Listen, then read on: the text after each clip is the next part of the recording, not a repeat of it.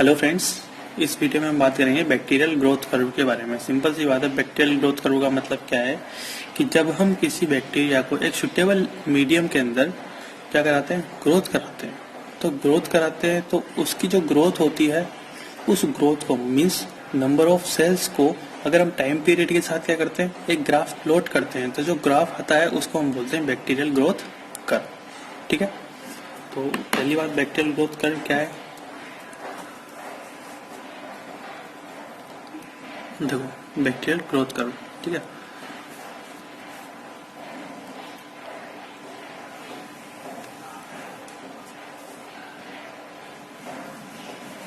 हम इसी कर्व के अंदर पूरा समझेंगे। ठीक है, तो जब हम किसी बैक्टीरिया को, मैं लिख देता हूं यहाँ पे, when A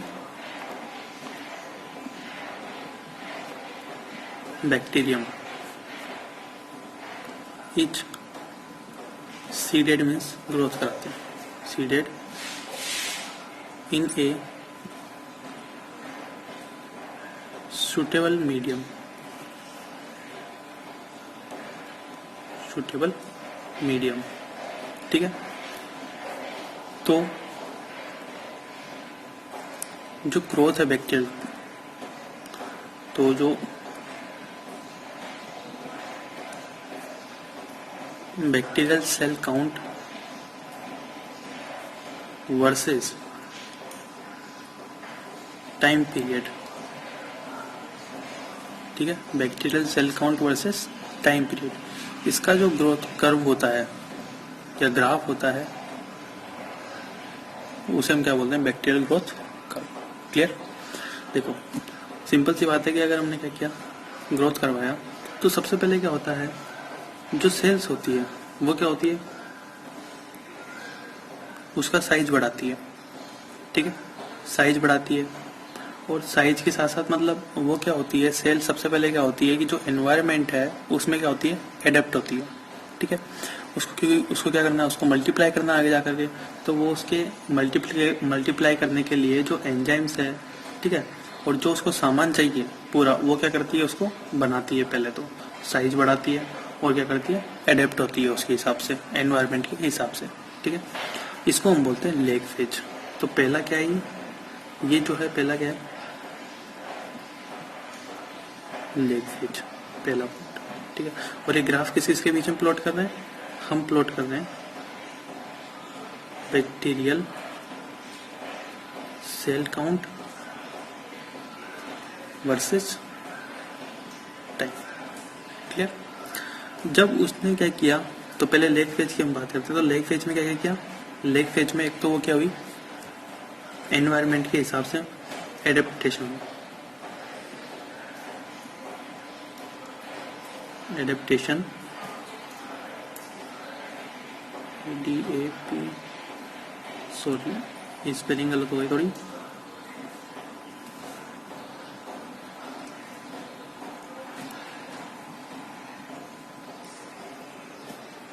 adaptation to the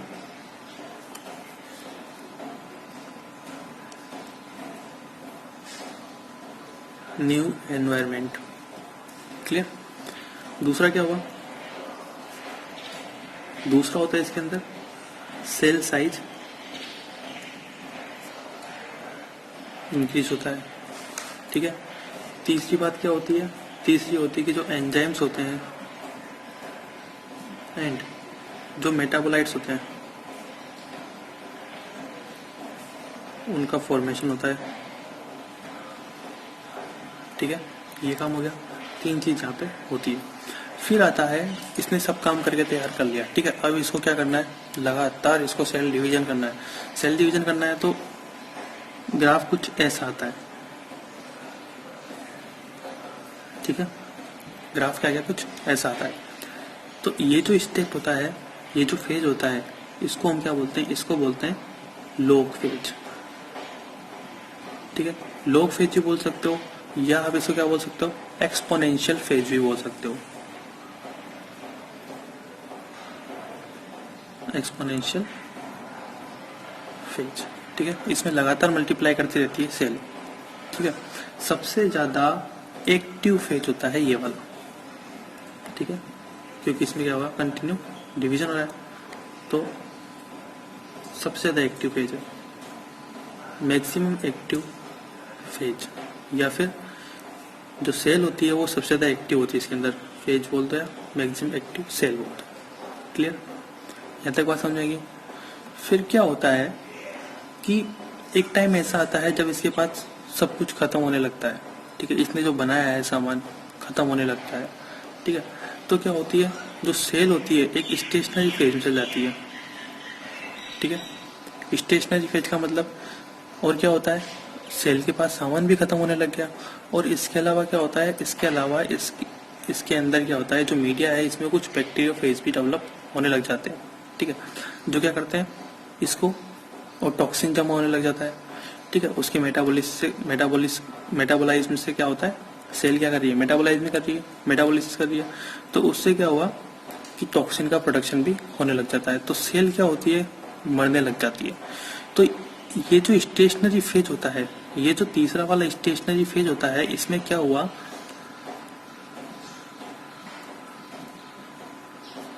stationary phase, तो इसमें एक चीज होती है कि जितनी सेल मर रही है उतनी सेल क्या हो रही है, उत्पन्न हो रही है, मतलब कि उतनी सेल प्रोड्यूस हो रही है, ठीक है। तो इसलिए क्या हो रही है, पैरेलल लाइन आ जाती है, ठीक है। यहाँ तक क्लियर बात समझ आएगी। अब स्टेशनरी फेज के अंदर हम बोल सकते हैं कि जितनी सेल प्रोड्यूस हो रही है उतनी ही सेल क्या हो रही है, डेड हो रही है, ठीक है। रेशियो क्या हो रहा है, बराबर हो रहा है, ठीक है। तो इस वाले फेज में क्या हुआ, इक्विलिब्रियम स्थापित हो गया, ठीक है। और एक चीज और ध्यान रखना, इसके अंदर ये जो मैंने बताया था लॉग फेज के अंदर, तो अगर आप लॉग फेज के अंदर उसको क्या कर रहे हो, उसी कॉलोनी को स्टेन कर रहे हो, तो जितनी भी सेल्स हैं वो क्या होती है, यूनिफॉर्मली स्टेन होती है, क्योंकि क्या हो रहा है, सबका सेम साइज है, ठीक है, लगातार डिवीजन कर रही है वो। तो आप इसमें एक चीज और ध्यान रखना, एक चीज का ध्यान रखोगे करो कि जो यूनिफॉर्मली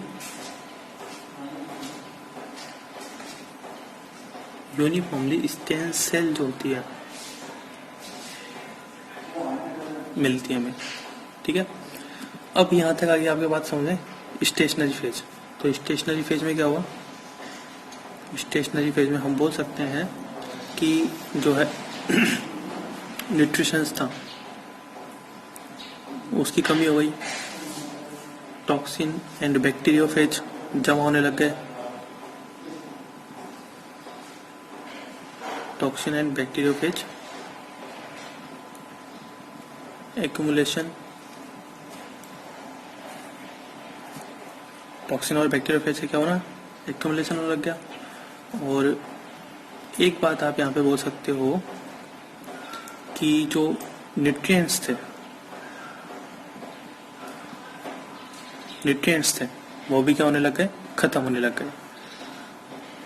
तो न्यूट्रिएंट्स डिप्लेशन, क्लियर। इसलिए जितनी सेल जिंदा हो रही थी उतनी सेल मर रही थी, ठीक है, इक्विलिब्रियम कांस्टेंट हो गया। फिर हमारे पास लास्ट आता है कौन सा, फेज ऑफ डिक्लाइन, ठीक है। फेज ऑफ डिक्लाइन में क्या होता है कि सेल डेथ क्या होती है, बहुत ज़्यादा होती है।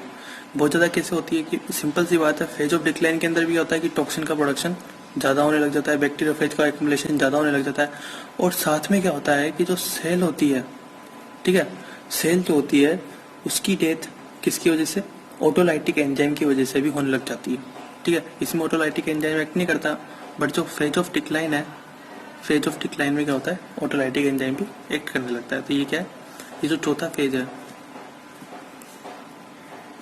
ये वाला, इसको हम क्या बोलेंगे, इसको हम बोलेंगे फेज ऑफ डिक्लाइन, ठीक है। इसमें क्या होगा, सेम वही टॉक्सिन एंड बैक्टीरियोफेज,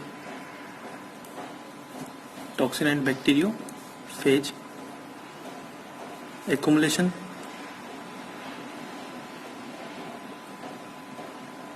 ठीक है, and cell death due to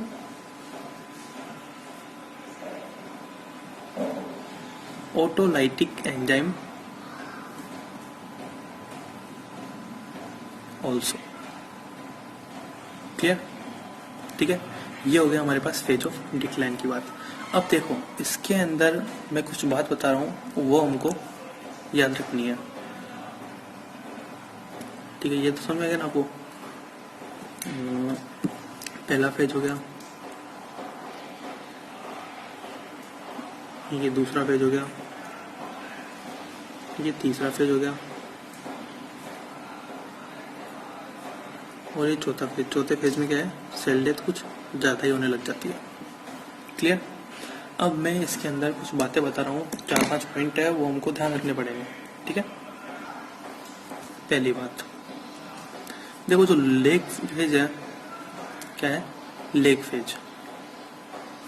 जो लेग फेज है इसके अंदर क्या होती है, लास्ट में at the end of phase जो सेल साइज होता है वो क्या होता है, मैक्सिमम होता है। क्लियर?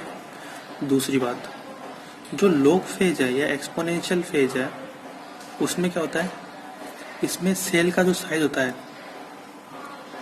साइज ऑफ सेल, वो क्या होता है, स्मॉलर होता है, क्योंकि बहुत छोटा होता है, लगातार डिवाइड कर रही है। बट जो स्टेनिंग होती है वो क्या होती है, यूनिफॉर्मली। मैंने पहले बताया था, बट स्टेन यूनिफॉर्मली। ठीक है, और जो तीसरी फेज है इसके अंदर कौन सी, स्टेशनरी फेज। स्टेशनरी फेज, इसमें क्या होता है कि देखो, जो स्पोर का प्रोडक्शन होता है, एक्सोटॉक्सिन का प्रोडक्शन होता है, और एंटीबायोटिक का जो प्रोडक्शन होता है, ठीक है, बैक्टीरिया के द्वारा भी एंटीबायोटिक का प्रोडक्शन होता है ना, तो ये कौन सी फेज में होता है, ये इसी फेज में होता है, स्टेशनरी फेज के अंदर। ठीक है, ये इंपॉर्टेंट है। तो स्पोरुलेशन,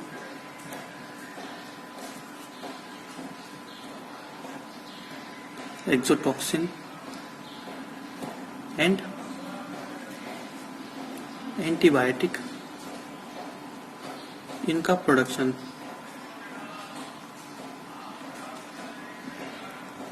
कौन सी फेज में होता है, स्टेशनरी फेज में। सबसे इंपॉर्टेंट फेज है ये वाली। क्लियर?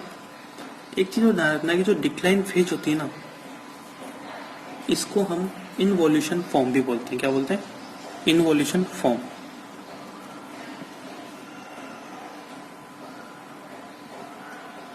फेज ऑफ डिक्लाइन,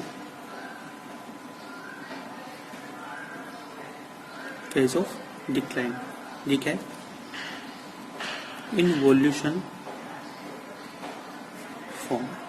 ठीक है, तो ये आपका बैक्टीरियल ग्रोथ कर्व कंप्लीट होता है। ठीक है, thank you guys watching for this video. आप इससे रिलेटेड आप और वीडियो भी हमारे चैनल पे देख सकते हो, और अगर आपको ये वीडियो पसंद आता है तो प्लीज लाइक करें, शेयर करें चैनल को जितना हो सके, और प्लीज हमारे चैनल को सब्सक्राइब करें। Thank you.